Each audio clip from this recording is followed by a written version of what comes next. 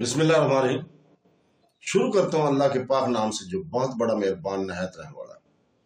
दोस्तों, बहनों, भाइयों, बुजुर्गों, अस्सलाम वालेकुम। हम आपको आज हजूर पाक सल्लल्लाहु अलैहि वसल्लम की मुबारक हदीस से मुबारक की सिलसिलावार किस्तों में इस किस्त में आज हम आपको खुशामदीद कहते हैं।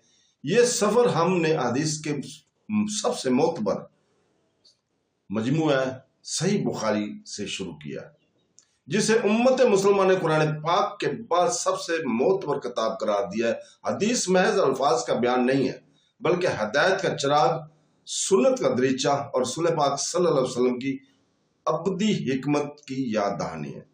तो दोस्तों, बहनों, भाइयों, बुजुर्गों, हम आपके सामने आज बयान कर रहे हैं हदीस नंबर 20, जिसमें हजरत आयशा रजी अल्लाह ताला से रवायत है। उन्होंने फरमाया, रसूल पाक सल्लल्लाहु अलैहि वसल्लम जब सहाबा कराम को हुक्म देते तो इन्हीं कामों का हुक्म देते जिनको वो बआसानी कर सकते थे। उन्होंने अर्ज किया, ए अल्लाह के रसूल, हमारा हाल आप जैसा नहीं है। अल्लाह ने आपकी अगली पिछली हर कुताही से दरगुजर फरमाया। ये सुनकर आप सल्लल्लाहु अलैहि वसल्लम इस कदर नाराज हुए कि आपके चेहरा मुबारक पर गुस्से का इज़हार हुआ। फिर आपने फरमाया, मैं तुमसे सबसे ज्यादा परहेजगार और अल्लाह ताला को जानने वाला हूं।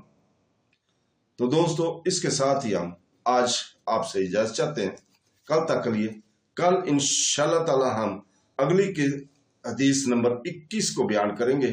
कल तक के लिए इजाजत, और अल्लाह ताला से हम शुक्रगुजार हैं कि उसने हमें अपने प्यारे नबी सल्लल्लाहु अलैहि वसल्लम के कलाम से नवाजा, और हम दुआ करते हैं कि अल्लाह ताला हमें हमारी इस हदीस को समझने और इन पर अमल करने की तौफीक अता फरमाए।